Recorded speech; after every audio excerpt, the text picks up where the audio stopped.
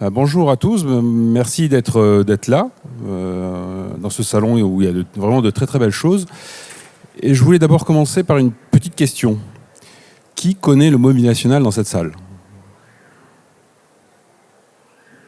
Qui connaît les Gobelins? Bien. Alors, c'est normal, hein. Si vous ne connaissez pas, on n'est pas très connus et pourtant vous nous voyez quasiment tous les jours à la télé. C'est-à-dire que dès que vous apercevez le président de la République à l'Élysée, dès que vous apercevez un ministre dans son cabinet, dans son bureau, tout ce qui est autour de sa personne, c'est nous.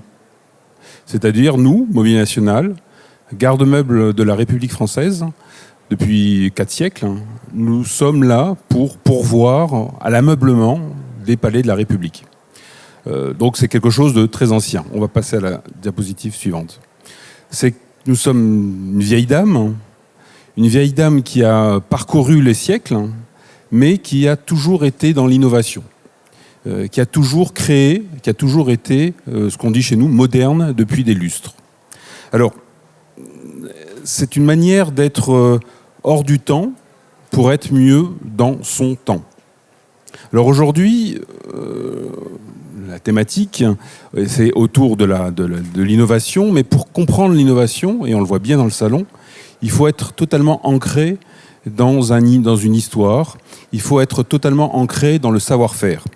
Donc aujourd'hui, je vais vous raconter une histoire, diapositive suivante, pour mieux saisir les modalités de nos innovations qui sont de plusieurs espèces. Alors, raconter une histoire, c'est d'abord un petit peu faire un pas de côté. C'est d'abord, le Mobilier National est une utopie et c'est une uchronie. C'est-à-dire, on pourrait presque dire que c'est quelque chose qui n'a pas de lieu déterminé et qui n'a pas de temporalité déterminée. Diapositive suivante. Pourquoi est-ce une utopie? Alors, le Mobilier National s'inscrit dans un quartier à Paris, dans le quartier des Gobelins, parce que les Gobelins et le Mobilier National, c'est la même chose. Les quartiers des Gobelins, c'est le nom donné par Jehan Gobelin, qui s'installe le long d'une rivière, qui a disparu maintenant, qui s'appelle la Bièvre. Et Jehan Gobelin s'installe le long de la Bièvre en 1440, donc à la fin du Moyen-Âge. C'est un teinturier, et il teint la laine le long de la Bièvre. Donc 5 siècles. Et il fonde une dynastie et petit à petit va se transformer en fabricant de tapisseries. Pour devenir, nous sommes l'unique fabricant de tapisseries en haute lisse du monde. Donc vous voyez la pérennité dans laquelle on s'inscrit. En France et à Paris, il y a l'autre institution plus ancienne que la nôtre, c'est la Monnaie de Paris, qui frappe monnaie depuis 800 ans. Et après, il y a nous, on ne frappe pas monnaie, mais on fabrique des tapisseries et des tapis depuis le XVIIe siècle. Alors ici, on peut voir 2 images, l'enclos des Gobelins et le palais de l'Élysée. C'est un petit peu un raccourci. Je laisse voir, je ne peux pas trop m'écarter, sinon la caméra me prend plat, donc je vais me déplacer par là. L'enclos des Gobelins, c'est donc un village, un enclos qu'on essaye d'être moins en moins fermé. Et c'est un enclos que moi je qualifie de la Silicon Valley depuis le XVIIe siècle. Vous allez dire, mais pourquoi la Silicon Valley? Parce qu'en fait, on a toutes les caractéristiques d'un lieu d'innovation très particulier. En effet, dans cet enclos, où on est toujours, depuis le XVIIe siècle, et surtout au XVIIe siècle, mais on a perpétué la tradition, on attire le meilleur. Au XVIIe siècle, on a attiré les Flamands pour la tapisserie, on a attiré des Italiens pour faire de la marqueterie de pierre, on a évidemment recruté des Français et des gens qui étaient de Paris. Donc on recrutait les meilleurs, on leur donnait un privilège exorbitant de sortir des corporations. Pour ceux qui le savent, jusqu'au XVIIIe siècle, jusqu'à la Révolution, tous les métiers, quasiment, et surtout les métiers manuels, étaient organisés en corporations qui à la fois permettaient de recruter des apprentis, mais aussi bloquaient une forme d'innovation. Et le privilège du roi, c'était de sortir les métiers de ces corporations. Et donc, l'enclos des Gobelins était en dehors de ces corporations. Il y avait aussi dans cet enclos un médecin, un apothicaire. Il y avait une église, donc on pouvait être soigné et aller au-delà avec bénédiction. Il y avait aussi un jardin, aujourd'hui c'est le square Le Gall, c'est un petit jardin qui est derrière, qui était un potager du roi, si je puis dire, un potager réservé aux artisans de la manufacture des Gobelins. C'est pas exceptionnel pour l'époque. Un peintre comme Nicolas Poussin, quand il vient, il est appelé par le roi en 1641, on lui donne un certain nombre de privilèges, notamment d'avoir un jardin potager. Donc en fait, depuis le XVIIe siècle, et surtout au XVIIe siècle, on privilégie les meilleures compétences possibles. D'où cette idée que on est une uchronie et une utopie. Une utopie parce que depuis 4 siècles, le Mobilier national fait la même chose avec les mêmes métiers. Mais c'est aussi, diapositive suivante, une uchronie parce que notre mission première, c'est de meubler et d'apporter les meubles dans les lieux de pouvoir. Alors, ça peut paraître curieux. Pourquoi aujourd'hui en République, on paye, vous payez, nous payons par nos impôts la possibilité d'apporter du mobilier au président de la République, à ses ministres et à ses ambassadeurs. En fait, c'est une vieille, très ancienne tradition. Comme vous le savez peut-être, le roi de France, jusqu'à Louis XIV, est un roi itinérant. Il se balade, il va de château en château, et dès le Moyen-Âge, il y a un service qui porte les meubles, les lits, les coffres, les tapisseries. Et c'est dès Henri IV qu'on commence à constituer un service chargé de porter et d'aménager les châteaux en errance, si je puis dire.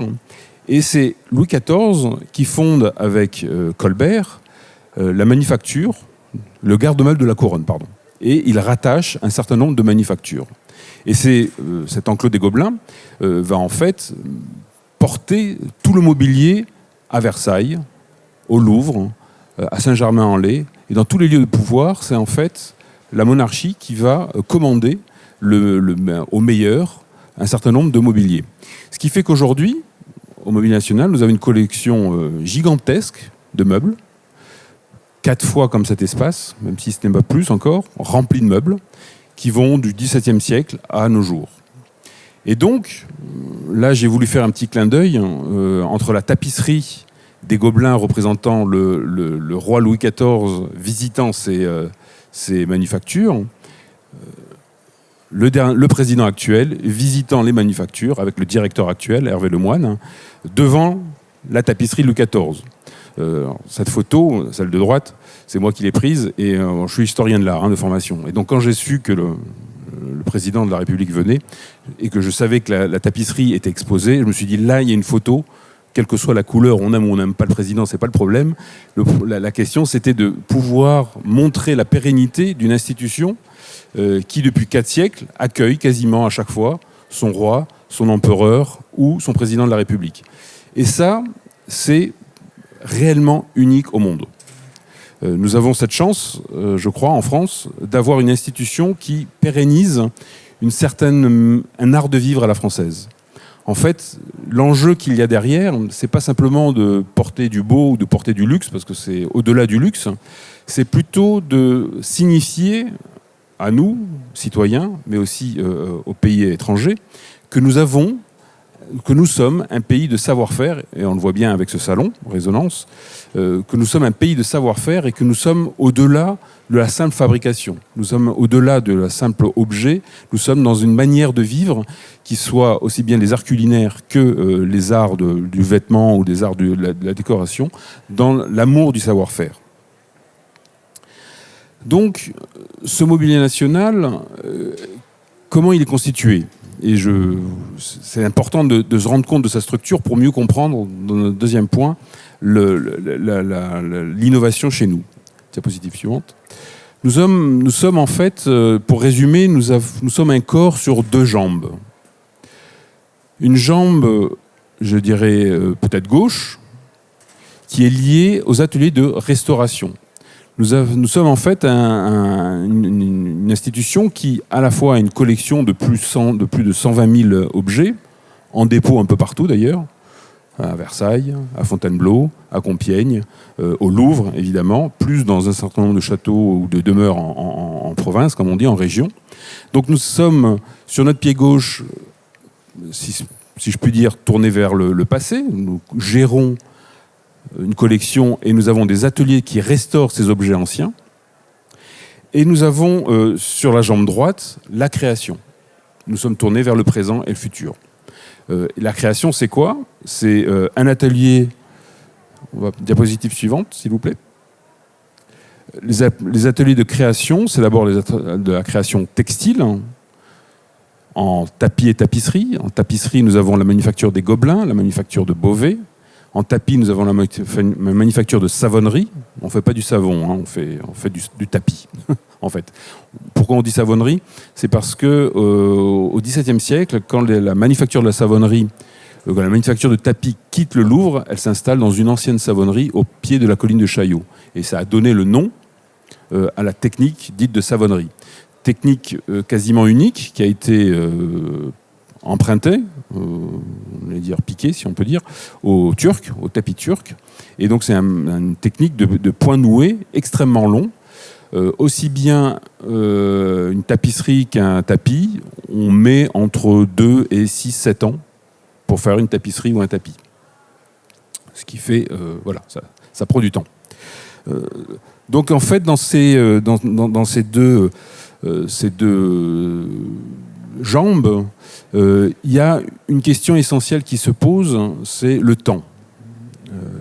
En fait, chez nous, le temps, évidemment, est soumis à une rentabilité, parce qu'il faut quand même rendre des choses, mais pas comme dans le monde réel, si je puis dire. On a le temps de développer des productions, ce qui fait qu'on est à part, on ne cherche pas à être dans une économie réelle de la rapidité, mais plutôt dans la bonne réalisation.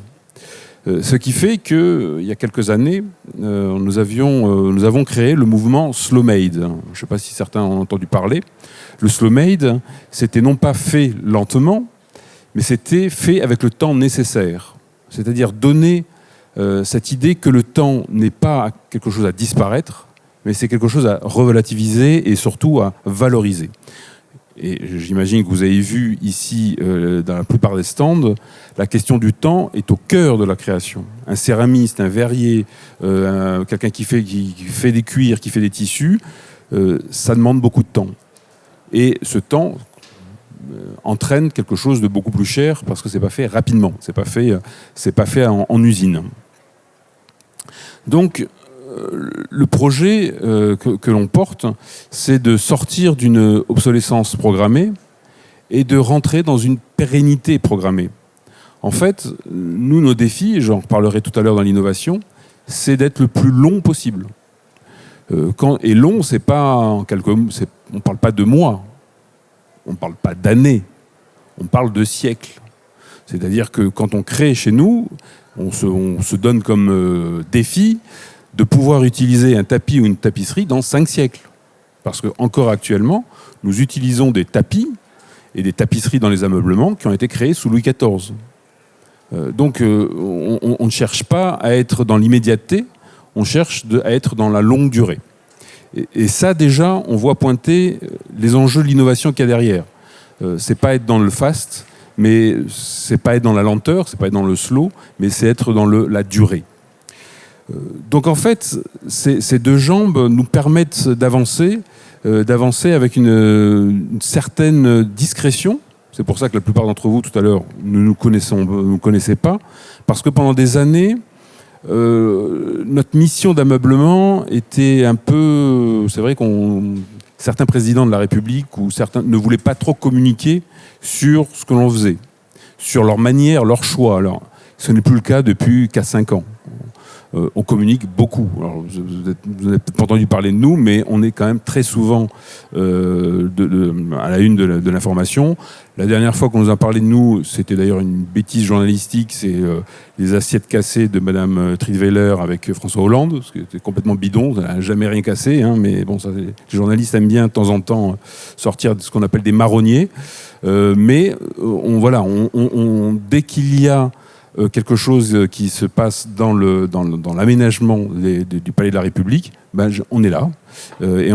Et on est un service complet. C'est-à-dire qu'on est aussi bien dans la conception, fabrication et installation. On a un service d'installateur qui permet de mettre en présence tous ces objets. On va peut-être... Alors oui, juste là, oui, il y a aussi un élément que je n'ai pas évoqué tout à l'heure dans cette lieu de création. La tradition de jeux en gobelin est toujours pérenne, puisque nous avons un atelier dans Paris qui teint nos laines. C'est-à-dire que nous avons un atelier de teinture qui reprend la tradition de jeux en gobelin, donc en 1440. Et nous avons eu, au XIXe siècle, un des plus grands théoriciens de la couleur. Peut-être que vous ne le connaissez pas, mais forcément vous avez vu ses travaux. C'est Jean-Eugène Chevreul. Jean-Eugène Chevreul, qui est très important dans l'histoire de l'art, puisque grâce aux découvertes de Jean-Eugène Chevreul, ça a donné de l'impressionnisme. Alors c'est quoi Jean-Eugène Chevreul au XIXe siècle? C'est simplement pouvoir catégoriser les couleurs. En gros, au XVIIe siècle, il existe 200-300 couleurs. Au XVIIIe siècle, il existe entre 2 et 3 000 couleurs. Jean-Eugène Chevreul en établit 14 000. Et nous sommes toujours dans 14 000 couleurs. Alors, notre force, c'est que nous pouvons créer constamment des couleurs. C'est de la trichromie à base de 3 couleurs, le jaune, le rouge et le jaune. On fait des mélanges, des pourcentages, et on peut aller à 25-30 000 couleurs. Le problème de la couleur, et je regarde, non, vous n'avez pas de vêtements fluorescents, c'est qu'il y a des couleurs qui disparaissent. La fluorescence, par exemple, vous savez, tous ces vêtements de sport, jaune fluo ou autres, ils ont une obsolescence programmée de quelques mois. Nous, comme je vous disais tout à l'heure, on est dans la pérennité programmée, on fait des tests pour que nos couleurs, on fait des vieillissements accélérés et on simule 2-3 siècles de lumière solaire sur les textiles. Donc nous sommes toujours à la fois dans des techniques extrêmement simples, de trichromie. Notre enjeu, c'est d'être là pour nos petits-enfants et arrière-petits ou futurs petits-enfants, pour qu'ils puissent regarder toujours des magnifiques objets. On va changer de slide. Alors, cette histoire, histoire de l'art, histoire sociale, histoire presque politique aussi. Je disais tout à l'heure, histoire politique, parce que le garde-meuble que nous sommes, il y en avait beaucoup jusqu'au XXe siècle, et la plupart des États européens les ont fait disparaître, parce que les monarchies, la plupart du temps, ont disparu, et même les monarchies qui subsistent en Europe n'ont plus de services de garde-meuble, où ils ont des services extrêmement réduits de 3-4 personnes. Nous avons traversé les siècles.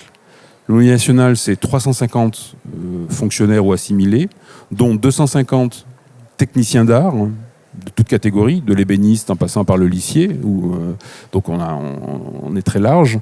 Et cette structuration du garde-meuble, il n'y en a pas d'autre, tout simplement. Alors, cette histoire nous permet en fait d'être dans une innovation dans plusieurs directions. Je dirais qu'il y a une innovation conjoncturelle du temps présent et une innovation beaucoup plus structurelle, qui sont les fondamentaux de notre institution. Alors, diapositive suivante. Dans l'innovation conjoncturelle, là aussi j'ai essayé de vous... Il ne faut pas que je sorte trop de l'écran. Je vous ai mis 2 images chocs, si je puis dire. À gauche, un salon de l'Élysée, où là, ce que je vous disais tout à l'heure, le mélange est extrêmement important chez nous, à la fois des fauteuils Louis XVI, un tapis de savonnerie très contemporain et un lustre à l'ancienne, 18e siècle, ancien, d'époque, avec d'ailleurs, on le voit très mal, mais sur la cheminée, un vase de Sèvres de Pierre Soulages.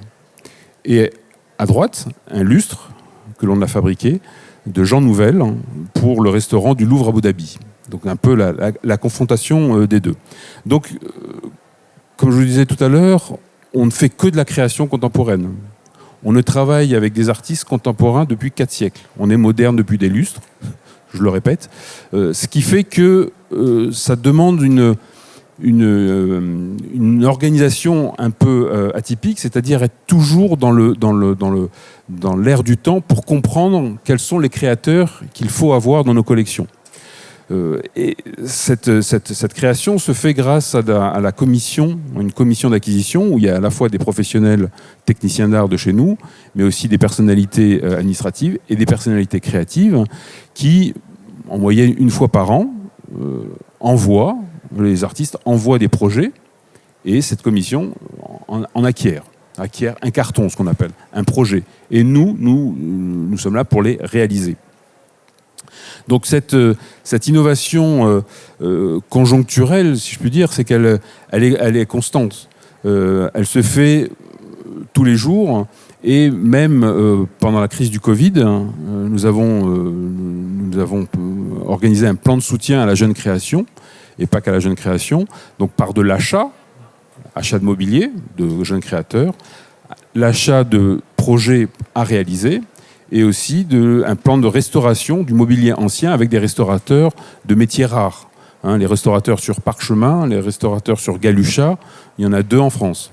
Donc on les a aidés avec des contrats conséquents pour qu'ils puissent réaliser la restauration de certains de nos objets. Donc cette innovation conjoncturelle, elle se développe sur du textile, tapis, tapisserie. J'ai oublié de vous préciser tout à l'heure que nous avons aussi des ateliers de dentelle. Ça peut paraître curieux, mais on fait de la dentelle. Alors les ateliers sont au Puy-en-Velay et à Alençon. Donc tous ces ateliers sont visitables d'ailleurs. Je reviendrai peut-être tout à l'heure. Donc ces commissions, cette innovation, elle se fait sur le temps présent grâce à ces différents achats et fabrications. Et nous avons un autre aspect aussi, c'est une innovation sociale. La crise du Covid, elle nous a tous touchés, mais nous, elle nous a bousculés sur nos certitudes. Hervé Lemoine, le directeur du Mobilier National, s'est dit « Nous ne pouvons plus être une institution de 350 fonctionnaires ou assimilés qui ne faisons que des meubles pour le président de la République. Il y a quelque chose qui est problématique.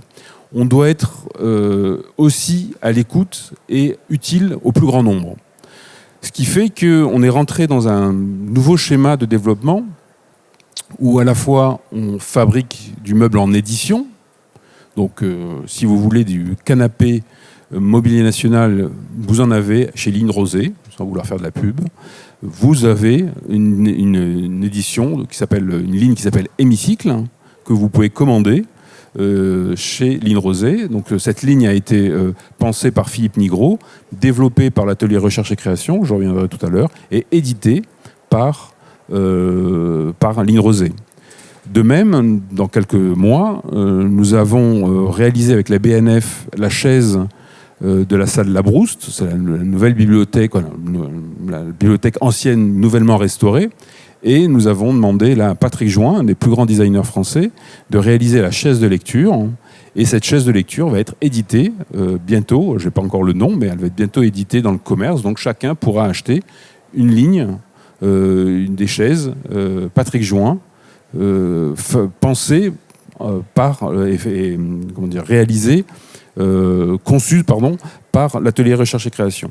Donc, sortir de nos zones de confort, c'est-à-dire l'excellence pour quelques-uns, on a voulu l'élargir. Et par exemple, on a tous été extrêmement frappés pendant le Covid par les EHPAD. On a tous dit que ça devenait des lieux horribles, des mouroirs, d'une tristesse infinie. Et grâce à l'impulsion, il faut le dire, du gouvernement et du Mobilier National, on va participer au nouveau design des EHPAD. C'est-à-dire que considérer que ce ne sont plus des lieux, entre guillemets, de garage, mais que ce sont des lieux de vie.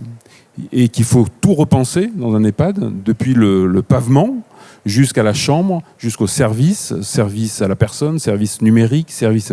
Donc, le Mobilier National participe activement dans cette innovation sociale aux nouveaux lieux des EHPAD qui vont se construire.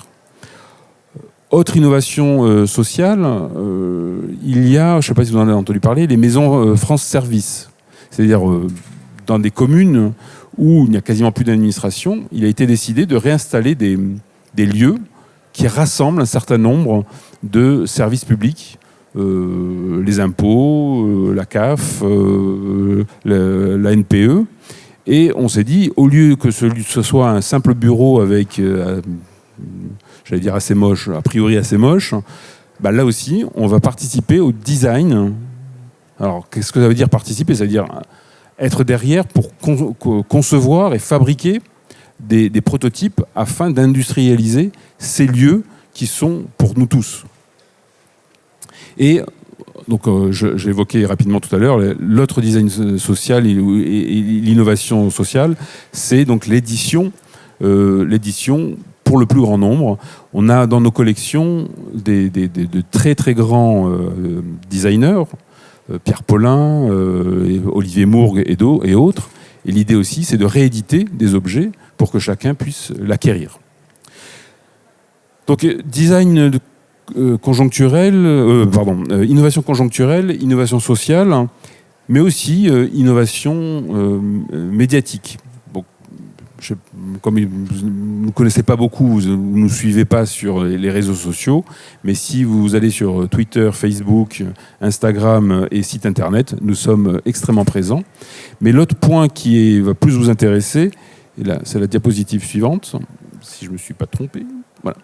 Vous pouvez essayer, alors pas tout de suite, hein, je finis ma conférence, mais vous verrez après, toutes ou quasiment 80% de nos collections sont sur Internet. Vous faites collection mobilier national ou MN Lab, et c'est très amusant. Ça, vous pouvez faire vos courses, vous pouvez vous mélanger tous les styles, depuis le XVIIe siècle jusqu'à aujourd'hui. Tapis, tapisserie, éclairage, luminaire, fauteuil, toutes les assises possibles et inimaginables de tous les styles. Quasiment tout est en ligne.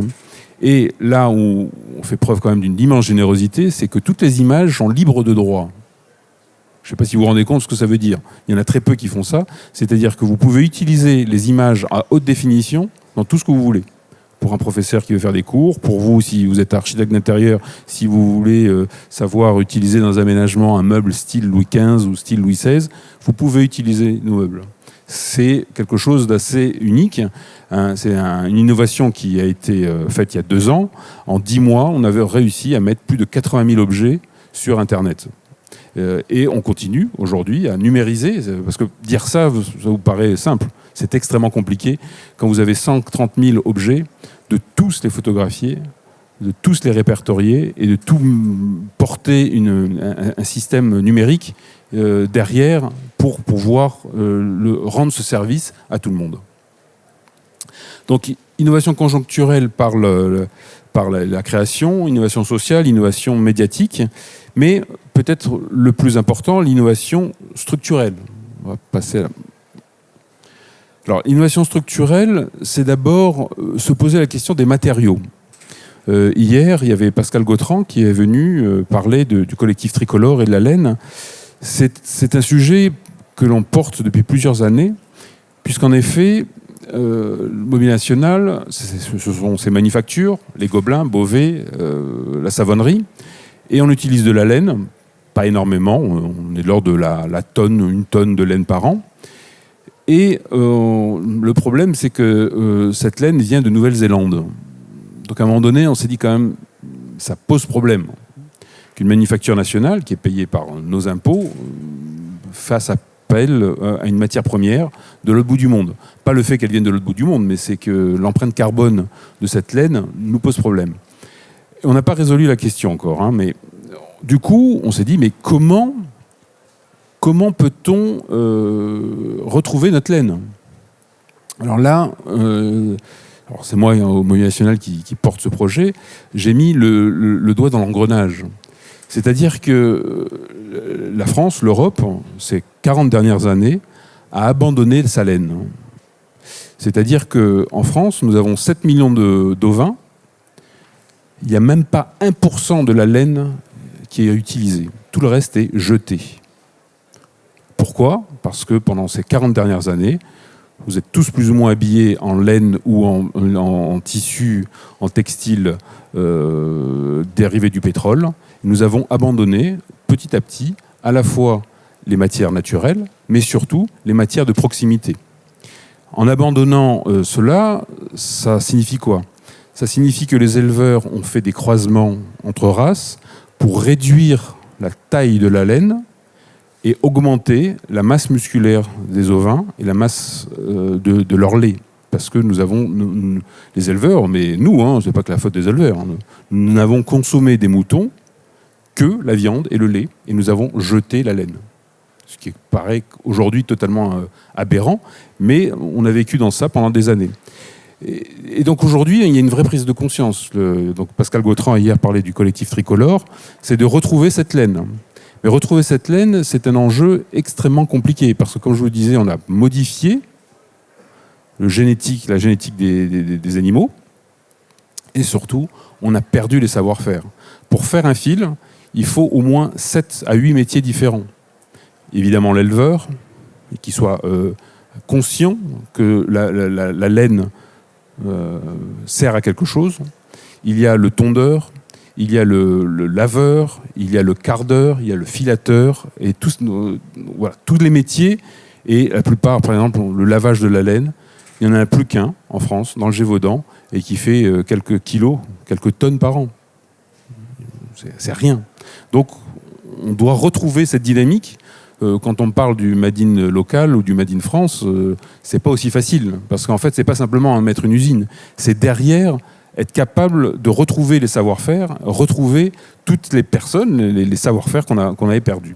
Et autre petite précision quand même, chaque mouton, c'est à peu près 1 kilo par bête, ça coûte entre 1 € et 2,50 € la tonte.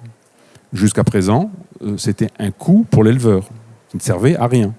L'enjeu, c'est simplement que ça lui rapporte entre 50 centimes et 1 €. Pour se dire que toute cette laine qui est sur l'animal ne soit pas envoyée, parce qu'en fait, elle n'était pas jetée, mais presque, elle était envoyée en Chine, et puis c'était revenu, on ne sait pas comment. Ça revenait sous forme de matelas, sous forme d'isolant toiture, voilà. Et la laine, la matière première, nous ne sommes pas, c'est pas unique. L'autre enjeu, et on le voit ici par les exposants, on a fait la même chose, mais ça va mieux dans ce secteur-là, c'est sur le lin. Le lin est nous sommes le premier producteur européen, si ce n'est mondial, de lin. Le lin, ça va depuis en gros de Rouen à Bruxelles. C'est une zone d'une production plutôt écologiquement responsable. Jusqu'il y a quelques mois, nous étions le premier producteur de lin. Tout partait en Chine pour être transformé, filé, et ça nous revenait. Alors depuis quelques mois, il y a une filature qui s'est réinstallée en France. Même chose pour le bois. Nous sommes un des premiers producteurs européens de bois. On coupe les troncs, on envoie les troncs en Chine, qui sont débités en Chine et qui reviennent chez nous. Bon, j'ai rien contre les Chinois, mais on peut se poser quand même des questions sur notre manière de consommer. Et en fait, c'est pas la faute des autres, c'est la faute de nous. C'est-à-dire qu'à vouloir toujours moins cher, on arrive à des aberrations qui fait qu'à un moment donné, c'est un coût. Et on peut le payer très cher. Donc tout ça pour dire que cette innovation dans les matériaux, on se la pose au Mobilier National. Alors, plusieurs types de matériaux, les bois qu'on utilise pour nos meubles, pour les colles, on prend plutôt des colles animales, ce qu'on appelle la colle de peau de lapin et pas des colles chimiques. Mais la laine est pour nous un débat. Alors le débat actuellement, la question c'est que, alors, je ne sais pas si vous voyez comment est fait une tapisserie ou un tapis. Dans les deux cas, c'est un fil de chêne, d'un fil de laine écrue, qui est entouré, alors je simplifie, mais qui est entouré d'une fil de trame colorée. Le problème, c'est que, notamment pour une tapisserie, c'est une tension extrêmement forte. J'espère qu'un jour vous viendrez voir les manufactures des Gobelins, vous verrez les gens quand ils manient la lisse, en haute lisse, c'est une corde qui est au-dessus de la tête et qu'il faut manipuler. C'est assez physique quand même. Pendant 5-6 heures, tirer cette lisse, c'est assez problématique. Mais tout ça pour dire que cette fil de chêne, c'est un fil très résistant. Et pour avoir un fil très résistant, il faut au moins avoir un poil de 10 à 15 cm et d'une réelle épaisseur. Pour l'instant, on a du mal à trouver en Europe, en France, une race, à part le mérinos, mais on s'y approche, qui a cette longueur. C'est pour ça qu'actuellement, on teste. On n'y arrive pas, mais on va y arriver un jour, parce que petit à petit, on va aussi recroiser les animaux et retrouver des races qui n'ont pas été trop croisées pour retrouver ce fil long. Alors, par exemple, le mérinos c'est un excellent choix. Près de Arles, vous avez le mérinos d'Arles antique, qui est porté par une entreprise qui s'appelle Brun de Vrian-Thierran. En fait, Jean-Louis Brun a été un des premiers à se dire non, il voulait retrouver les races ovines françaises et il voulait retrouver des races pas trop croisées. Et en fait, il a cherché pendant des années, il en a trouvé des bergers dans les montagnes qui avaient conservé des races d'un siècle ou plus, qui n'avaient pas été trop croisées uniquement pour leur viande et pour leur lait, mais qui avaient aussi conservé des qualités de douceur, de résistance de leur laine. Et là, de plus en plus, on travaille sur cette question. Et justement, là, vous pouvez voir une carte blanche à Sheila Hicks. Sheila Hicks, une dame âgée maintenant, mais c'est peut-être la plus importante artiste mondiale sur la laine. C'est une artiste américaine qui vit à Paris depuis 1964, qui a fait la Biennale de Venise, qui a eu le droit à une rétrospective à Beaubourg. Et on lui a fait une carte blanche où justement, entre des œuvres à elle, les œuvres colorées, elle est partie prenante de cette aventure en installant une montagne, si je puis dire, des ballots de laine français, de différentes races, de 7 races différentes de France, essentiellement du Massif central. Il y a aussi d'ailleurs du mérinos de l'Est, dans votre région. Et c'est une confrontation entre la matière première, donc comment on passe de la matière de la laine, à l'œuvre de Sheila Hicks, qui sont des fils raffinés, si je puis dire, qui sont des fils et pas de la laine brute, colorée. Donc, cette innovation, elle se fait dans les processus, elle se fait dans les matériaux. Alors, je pourrais rentrer dans le détail, peut-être par vos questions, mais on essaye aussi d'innover par des choses qui paraissent toutes simples. Par exemple, l'école, je le disais tout à l'heure, prendre des cols réversibles. Tout ce que l'on fait, j'allais dire, à la maison, c'est se dire dans 1 siècle, dans 2 siècles, dans 3 siècles, les gens pourront défaire pour restaurer. On a une période un peu tragique partout, mais chez nous aussi, c'est les années 70-80. Le plastique. Le plastique est terrible, on sait pourquoi, parce qu'il pollue, il est indestructible, mais parce qu'il n'est pas restaurable. Donc tout le mobilier que l'on a fait en plastique, pour rien, quoi. Il fond.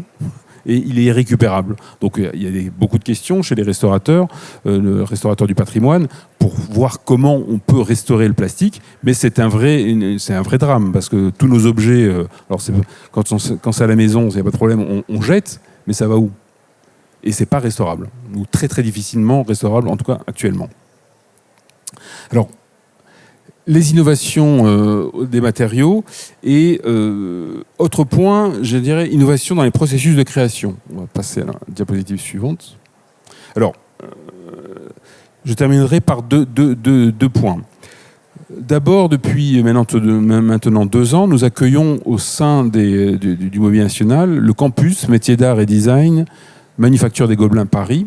Ce campus, c'est le rassemblement des 19 lycées professionnels métiers d'art d'Île-de-France, des 6 ou 7 écoles d'art supérieures de Paris, l'ENSAD, l'école Boulle, l'ENSI, je ne sais pas si ça vous dit quelque chose, ceux qui sont intéressés par le sujet pourront me poser des questions.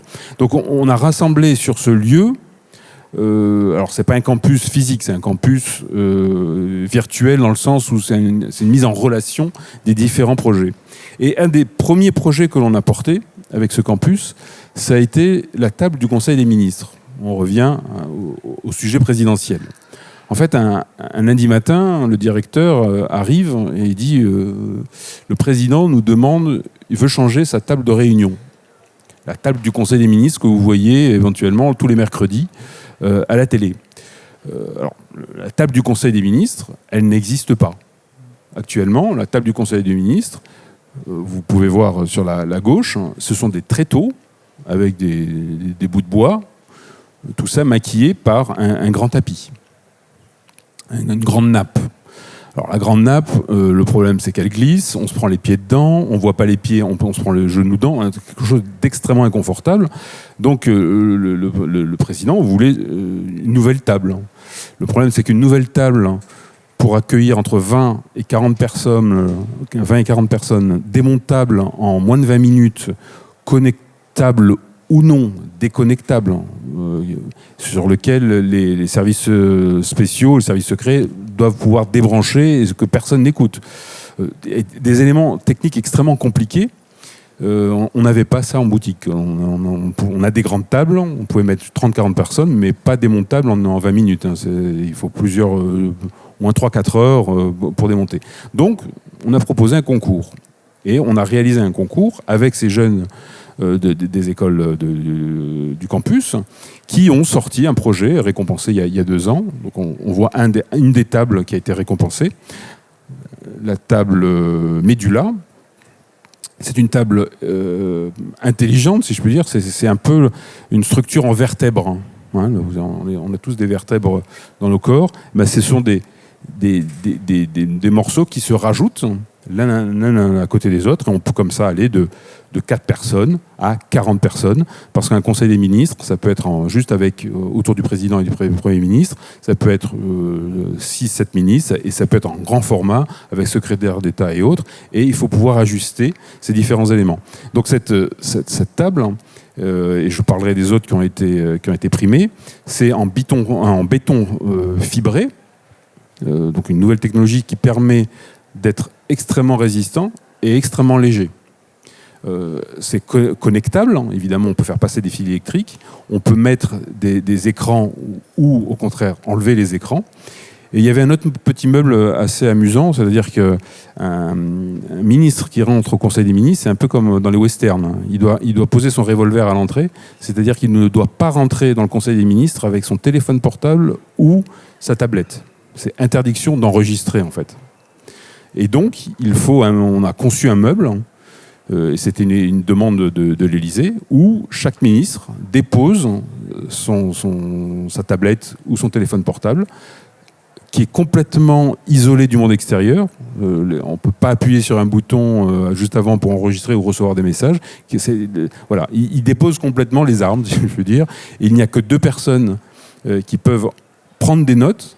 C'est le secrétaire général du gouvernement et c'est le secrétaire général de l'Élysée, qui ont chacun leur table. Donc tout est un rituel à la fois de sécurité, extrêmement important, mais aussi un rituel d'installation. Parce que l'Élysée, c'est un palais du XVIIIe siècle, hein, avec des couloirs extrêmement étroits, des ascenseurs pas très grands, des lieux de stockage encore moins étendus. Et donc il a fallu concevoir du mobilier qui puisse réagir à ce qu'on appelle des cahiers des charges extrêmement compliqués. Et tout ça en quelques mois. Et à côté de cette table Médula, qui est en cours de fabrication, on espère pouvoir l'installer en janvier ou février, donc vous la verrez certainement à la télé, cette table du Conseil des ministres qui a été portée par des jeunes qui ont entre 22 et 23 ans, hein, et qui ont fait un travail fantastique. Donc il y a cette table-là, Médula. Il y a une autre table aussi que l'on va concevoir et qui va être plutôt ce qu'on appelle dans le salon vert, c'est le salon qui est attenant au bureau du président, qui est pour un beaucoup plus petit comité. Ce sont des tables faites en bois et en cuir, avec un cuir irisé. Et là, c'est une technologie spatiale. Vous savez, les grands télescopes ont des miroirs irisés. Et ben, en fait, ils ont proposé d'iriser du cuir. Donc, ce qui fait que quand on regarde les tables, il y a des irisations bleues, rouges, vertes. Et donc, c'est changeant selon la lumière. Et enfin, une dernière table qui est gonflée, celle-ci, c'est une table gonflable. Là aussi, le président de la République a été bluffé par cette proposition de jeunes de 20 ans, hein, qui ont utilisé la technologie du drop stitch. J'imagine que vous ne savez pas ce que c'est, comme moi je ne savais pas avant ce que c'est. En fait, vous savez ce que c'est les paddles, les Zodiacs. les toboggans gonflables des avions. C'est une technologie militaire d'abord, ensuite une haute technologie appliquée au sport, et pour la première fois, on va appliquer une table, on va réaliser une table gonflable. Alors l'intérêt, alors évidemment, quand on propose ce genre de projet, on imagine toujours un journaliste qui va dire « Oh, ils sont gonflés ceux-là hein, » ou « Oh, ces ministres vont se dégonfler ». On fait attention. Et en tout cas, c'est une table qu'on veut plutôt privilégier pour les sommets délocalisés, parce qu'à chaque fois que le président de la République ou un conseil de ministres se déplace, derrière, il y a une logistique. Une logistique, ça peut être 1 ou 2 camions, parce que tout lieu n'a pas une grande table, n'a pas le nombre de chaises qu'il faut. Donc nous, on peut être appelé dans un sommet ou dans une rencontre ou dans un conseil des ministres décentralisé, à porter ces meubles. Et donc là, cette table gonflable, c'est pas plus grand que cette table-là, devant, à peine plus, où tous les pieds sont escamotables. Il y a un petit moteur et la texture est pliée, rangée. Et pour déplier ça, c'est très simple. Vous tirez les pieds, vous tirez la matière, la table, et vous la gonflez avec le petit moteur, et vous avez une table pour 40 personnes en 10 minutes. Voilà. Donc voilà un peu les innovations extrêmement fortes qui sont portées par le Mobilier National. Enfin, dernière et le plus important, c'est l'atelier recherche et création. Nous avons en notre sein cette ARC qui est créée en 1964 par Malraux et qui porte un enjeu géostratégique clair. C'est Malraux estime que dans les années 60, le design n'est plus français, le design est italien. Et donc il souhaite que la France retrouve une capacité de créatrice de design. Dire cela, c'est tout dire et rien dire. C'est-à-dire, créer l'ARC, c'est créer un lieu de prototypage. Parce que tout ce qui est design, et vous êtes assis sur du mobilier contemporain designé, en fait, l'enjeu, c'est la recherche qu'il y a derrière. Ces chaises sur lesquelles vous êtes, elles sont confortables, j'imagine, puisque vous êtes encore là, mais surtout, elles sont légères. Donc derrière, ça veut dire des années de travaux de réalisation, des années de recherche. Et en fait, c'est ce qui coûte le plus cher. C'est le temps nécessaire à la recherche. Et l'atelier recherche et création a été créé pour pouvoir travailler avec des designers et des industriels et du coup proposer un certain nombre de productions. Alors, l'atelier recherche et création, 1964, ça remontait à une tradition du XVIIe siècle, puisqu'au XVIIe siècle, le garde-meuble de la couronne avait ses propres manufactures ou ses propres fabricants de meubles. Il en faisait réaliser à l'extérieur, qu'il achetait. Mais au XXe siècle, on décide de remettre au sein du garde-meuble une structure recherche et création. Alors, à l'image, là aussi, on pourrait se dire, mais on fait du traditionnel. Non, on fait de la création contemporaine depuis 4 siècles. Donc on travaille, on ne réalise que des choses avec des créateurs. Et là, par exemple, vous avez deux créations qui sont toutes récentes, qui ont entre 3 et 4 ans. À gauche, un fauteuil de Christian Gion en fibre de carbone. Et à droite, une table gigogne de Mathilde de Bretillot, qui est en fait la structure, c'est une aile d'avion, c'est-à-dire c'est l'aluminium en nid d'abeille structuré, renforcé. En fait, c'est une table qui fait près de 2 mètres de long, et l'enjeu, c'était de pouvoir poser jusqu'à 100 kg de dossiers ou autres sans qu'il y ait un fléchissement de la table, parce qu'il n'y a pas de portant, il n'y a pas de structure portante en dessous. C'est autoportant. Donc en fait, quand on a eu cet enjeu, ce dessin de la designeuse, il a fallu se poser la question, mais quel matériau mettre qui soit à la fois léger, parce qu'on pense à nos gars qui vont s'amuser à porter ces objets, et esthétiquement quelque chose de pur. Et donc là, en fait, on a donc la partie blanche laquée derrière, c'est de l'alvéole aluminium renforcé, et dessus, c'est du cuir, un gainage traditionnel en cuir jaune, venant d'Italie, le cuir, qui permet d'avoir quelque chose d'extrêmement saisissant. Donc l'arc, c'est l'innovation constante. C'est aussi de l'investissement dans des machines. Nos ateliers, nos techniciens d'art, comme on dit chez nous, c'est une douzaine de personnes. Ce sont essentiellement ce qu'on appelle des boulistes, hein, des gens qui sortent de l'école boule, mais peuvent venir d'ailleurs. On prend, si possible, les meilleurs. Et en fait, on a 3 spécialités. On a métal, fer-métal, bois et nouveaux matériaux. Donc on est capable de faire des objets en différentes résines de fibres de carbone, fibres de lin et autres. Mais nous avons aussi un parc de machines. Nous avons investi il y a 3-4 ans sur une découpe 5 axes. Alors maintenant on va jusqu'à 7 axes, mais à l'époque on a acheté une cabine. Donc une machine c'est 400 000 €, hein, qui permet de prototyper, de découper tout type de matériaux pour prototyper une forme. Donc on a cette machine-là, on a une machine à haute performance qui permet une incise de matériaux différents, notamment de métal. Donc c'est une machine à jet d'eau extrêmement puissant. Nous avons des presses à laque, voilà, un certain nombre de parcs machines qui permet de quasiment faire tout ce que l'on veut, sauf les objets issus du feu. Donc céramique et verre notamment, ça on ne peut pas le faire, on est obligé de sous-traiter. D'ailleurs, en parlant de sous-traitance, tout ce que je vous dis, vous pensez peut-être que tout est fait en interne. Absolument pas. Beaucoup de choses est fait en externe. Nous avons énormément de prestataires. Nous avons plus de 500 prestataires partout en France et parfois en Europe quand on ne trouve pas en France. Donc en fait, on rayonne aussi au-delà de nos murs. Donc voilà un petit peu un résumé de cette innovation des matériaux, des machines, des procédés, innovation aussi autour des gens avec qui on travaille, des artistes confirmés. Hein. Pour les tapisseries, c'est plutôt des plasticiens. Pour les mobiliers, c'est plutôt des designers ou des architectes d'intérieur. Et évidemment, des innovations qui sont constantes dans les moindres détails. Comme je vous disais tout à l'heure, la recherche de colle, la recherche de peinture qui ne soit pas trop salissante ou trop écologiquement responsable. Donc, ce qui fait que cette innovation, elle s'irradie dans un certain nombre de projets et de réalisations. Et dernière diapositive pour finir. Voilà, c'est simplement merci. Merci pour votre attention. Et n'hésitez pas à me poser des questions si vous en avez.